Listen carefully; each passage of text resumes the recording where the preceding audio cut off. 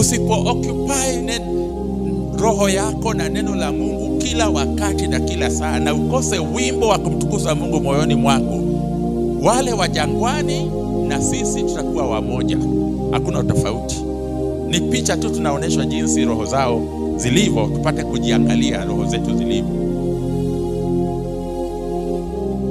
Tusipokuwa wapenzi wa kupenda kusikia sauti ya Mungu na kuizingatia na kuitafakari usiku na mchana, kama vile Joshua anaambiwa, kitabu hiki cha Torati usikiache, kizingatie usiku na mchana. Maneno haya usiyaache, uzingatie usiku na mchana. Watoto wa Mungu, ni rahisi sana kurudi nyuma.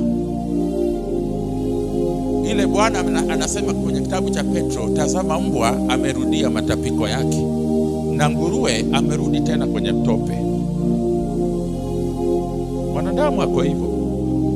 So tunaposema andika maneno haya katika miimo ya milango yako, sheria za Mungu andika vifungu vya neno la Mungu katika milango ya miimo pale juu, katika viganja vya mikono yako kama hirizi. Andika vifungu, andika kwenye vipaji vya onyesho. Jikumbushe, watoto wako wapatie hadithi vile ambavyo mlitoka Misri mkaja, ni kwa mkono hodari wa Mungu mlivyotoka Misri, ili iwe kumbukumbu ya yale Bwana aliwatendea. Maana msipokuwa na kumbukumbu, ni rahisi kusahau na kurudi nyuma.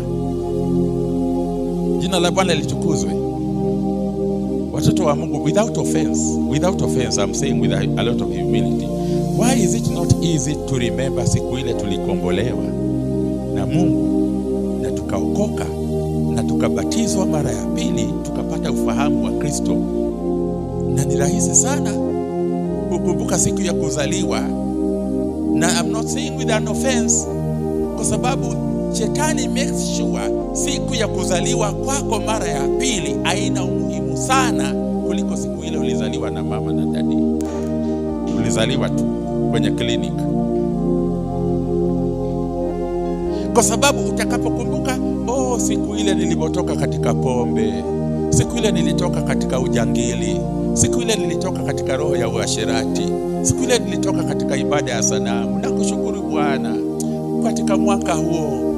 Nijapokumbuka ile siku na tarehe, lakini ninajua ilifanyika ndani yangu.